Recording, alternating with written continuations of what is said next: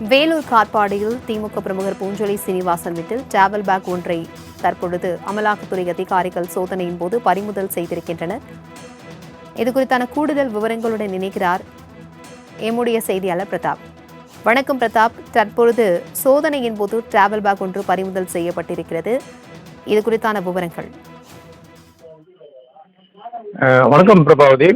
தற்போது வேலூர் மாவட்ட காட்பாடியில் வள்ளிக்குப்பம் பகுதியில் இருக்கின்ற திமுக பிரமுகர் மற்றும் கடந்த நாட்களில் துரைமுருகனின் பினாமி என்று அழைக்கப்பட்ட சீனிவாசன் என்பவர் வீட்டில், பூஞ்சோலை சீனிவாசன் என்பவர் வீட்டில், அவருடைய 2 வீடுகளிலும் தொடர்ந்து அமலாக்கத்துறையினர் சோதனையில் ஈடுபட்டு வருகின்றனர்.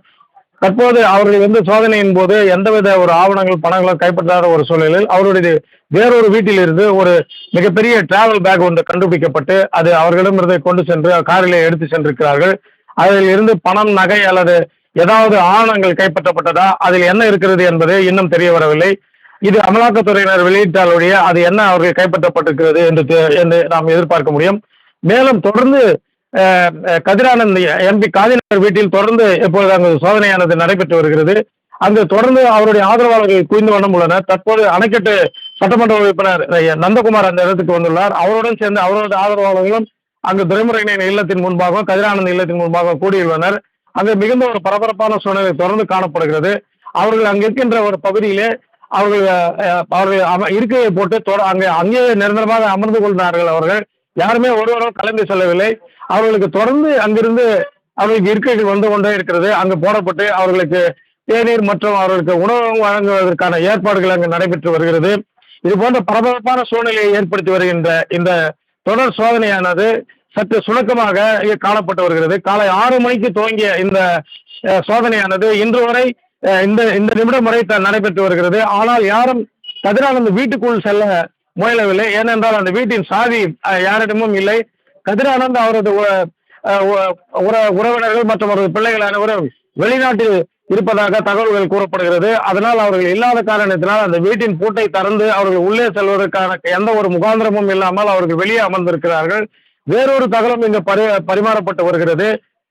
துரைமுருகனின் தம்பியும் கதிரானந்தின் சித்தப்புமான துரை சிங்காரம் அந்த வீட்டினுடைய சாவியை வைத்திருப்பதாகவும், அவர் அங்கிருந்து அவருடைய இல்லம் பக்கத்திலேயே அருகிலேயே இருப்பதாலும், அவர் அமலாக்கத்துறையினர் அங்கு வந்து சேர்ந்தவுடனே அவர் அங்கிருந்து வேகமாக தன்னுடைய காரிலே அவர் வேறு இடத்திற்கு சென்று விட்டதாகவும், அவரை குறித்தும் போலீசார் விசாரித்து வருவதாகவும் தகவல் வெளியாகி வருகிறது. இது சம்பந்தமாகவும் இது கருத்தாக கூறப்படுகிறது. முறையான தகவல்கள் அவை திட்டவட்டமான தகவல்களாக பரிமாறப்படவில்லை.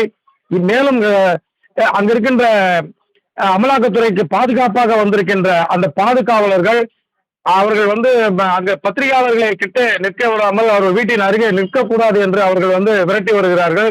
பொதுமக்களையோ பத்திரிகையாளர்களையோ அவர்களை கஷ்டப்படுத்துவதற்கோ அவர்களை அதிகாரம் செய்வதற்கோ இல்லை அவர்களை எந்த வகையிலும் விரட்டுவதற்கோ மிரட்டுவதற்கோ அவர்களுக்கு எந்த அளவுக்கு அதிகாரம் வழங்கப்பட்டது என்பது தெரியவில்லை. அவர்கள் அமலாக்கத்துறையினருக்கு பாதுகாப்பா வந்திருக்கிறார்களே ஒழிய அவர்கள் பத்திரிகையாளர்களை விரட்டுவது என்பது ஏற்புடையதில்லை என்று பத்திரிகையாளர்கள் அவர்கள் கருத்து தெரிவித்து வருகின்றனர். இந்த பல்வேறு ஏசியங்களை இது ஏற்படுத்தி வருகிறது. தற்போது புதுக்கோட்டையிலும் மணல் சம்பந்தப்பட்ட ஒரு விஷயத்தில் ஒரு கரிகாலன் என்ப ஒரு வீட்டில் தங்கம் ரெய்டு நடந்து வருகிறது. ஏற்கனவே 400 கோடி ரூபாய் பரிமாறப்பட்டதாக எதிர்கட்சி பல்வேறு நபர்கள் இது குறித்து அந்த மணல் பணத்திற்காக, மணல் குவாரி விஷயத்திற்காக பரிமாறப்பட்டதாக பல்வேறு விஷயங்கள் கூறப்பட்டது. அதுவும் நிஜமா இல்லை, அது சம்பந்தமாக இந்த சோதனையானது நடைபெற்று வருகிறதா என்கின்ற பல்வேறு கருத்துக்கள் இங்க நிலவினாலும் இதுவரையில் எந்த ஒரு உண்மையான தகவலும் எந்த ஒரு அமலாக்கத்துறையினர் இதுவரை வெளியிடவில்லை. அமலாக்கத்துறையினர் அதிகாரிகள் காலையிலிருந்து அவர்கள் கிட்டத்தட்ட ஒரு 11 மணிக்கு அவர்களுடைய காலை சுற்றிய அவர்கள் அமர்ந்து அந்த வீட்டின் வெளியே அந்த காரிடாரில் அமர்ந்து அவர்கள் சாப்பிடுகின்ற காட்சியை நம்மால் பார்க்க முடிகிறது. அவர்கள் அந்த இடத்தில் அவர்கள் இன்னும் முறை காத்துக் கொண்டிருக்கிறார்கள். அவர்களுக்கும் தேநீர் திமுகவினர் மூலமாக வழங்கப்படுகிற தேநீர் உணவு தான் நாங்கள் உள்ளே செல்கிறது. அந்த உணவு பொட்டலங்களையும் திமுகவினுடைய வழக்கறிஞர் பிரிவினர் சோதித்த பின்னரே அதை உள்ளே அனுப்பி வைத்தனர். காரணம் கேட்டபொழுது ஏதாவது ஆவணங்களோ இல்லை வேறு ஏதாவதையோ அவர்கள் இந்த பெட்டிகள் மூலமாக உள்ளே கொண்டு செல்வதற்கான வாய்ப்புகள் இருக்கிறது. ஆகவே நாங்கள் அதை சோதனை செய்து அனுப்பியிருக்கிறோம் என்ற கருத்தை தெரிவித்திருக்கிறார்கள்.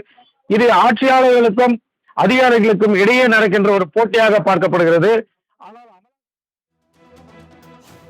தகவல்களுக்கு நன்றி பிரகாஷ்.